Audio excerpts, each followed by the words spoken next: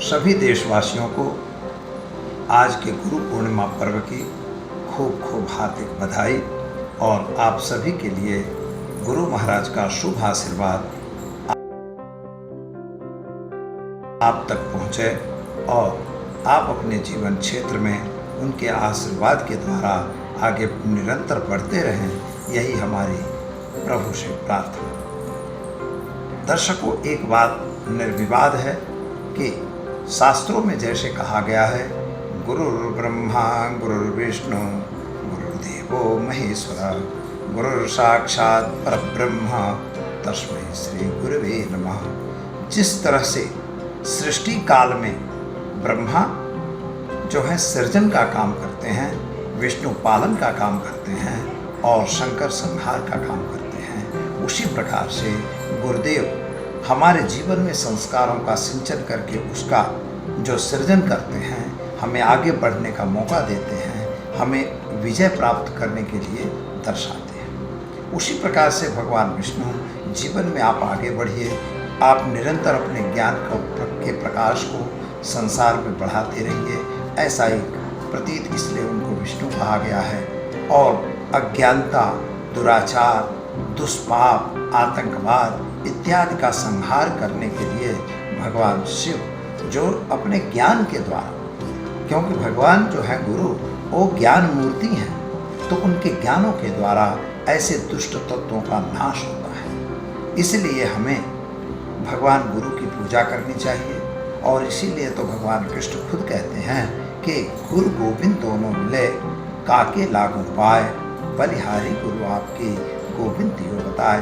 गोविंद ने ही बताया कि गुरु को पैर छुओ, पहले गुरु को प्रणाम करो, क्योंकि गुरु ने ही तो आपको गोविंद होने का एहसास दिलाया है, अन्यथा आप कुछ नहीं जान सकते थे। यानी अंजन सलाकाया जो व्यक्ति होते हैं, उनके दृष्टि जो ज्ञान रूपी दृष्टि है, वो मन में रहा हुआ अंधकार रूपी जो दुष्ट तत्व है उसे दूर करने का काम केवल गुरु भगवान के द्वारा ही संभव होता है। अतः हमें गुरु की सेवा करनी चाहिए। निरंतर गुरु जो हैं वास्तविक रूप में शिक्षा गुरु भी होते हैं, दीक्षा गुरु भी होते हैं, और जो मोक्ष की प्राप्ति कराते हैं वो भी गुरु होते हैं। यानी गुरु जो हैं सर्वश्रेष्ठ है।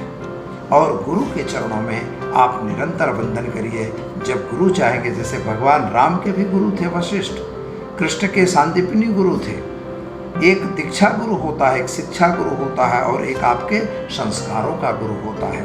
आज आप पढ़ रहे हैं, लिख रहे हैं, वह भी जो हमको अच्छा ज्ञान दे रहा है वह भी हमारा गुरु है। तो निरंतर हमें गुरु की उपासना करनी चाहिए। पुराने ज़माने में वास्तविक रूप से गुरु गृहों में जाके और सभी छात्र विद्याभ्यास करते थे। आज की तरह स्कूलें नहीं थी, परंतु उस समय की शिक्षा आज से कहीं आगे है। व्यास जी महाराज को सर्वोत्तम गुरु माना जाता है, और कृष्ण को तो कृष्णम वंदे जगत गुरु, कृष्ण को भगवान कृष्ण को जगत का गुरु माना गया है।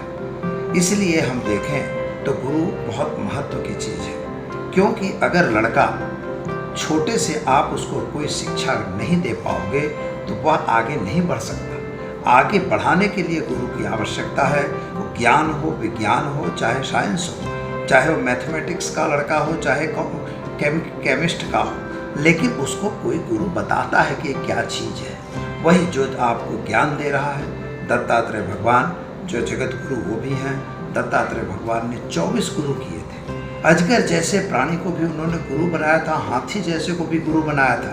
यानी जहाँ से आपको कहीं से शिक्षा मिलती है वह आपका गुरु है, और उसे आप गुरु के स्वरूप में मानिए और उसे गुरु के रूप में सम्मान दीजिए। पैसा देना गुरु के लिए जरूरी नहीं है, लेकिन उनके आश्रमों को चलाने के लिए दान दक्षिणा जो लोग दिया करते हैं वह भी एक हमारी परंपरा के अंतर्गत आता है। इस परंपरा को हम अक्षुण्ण रखें, इसको मिटने न दें। यही हमारी सबकी और हमारी भारतीय संस्कृति की परंपरा है। जय श्री कृष्ण।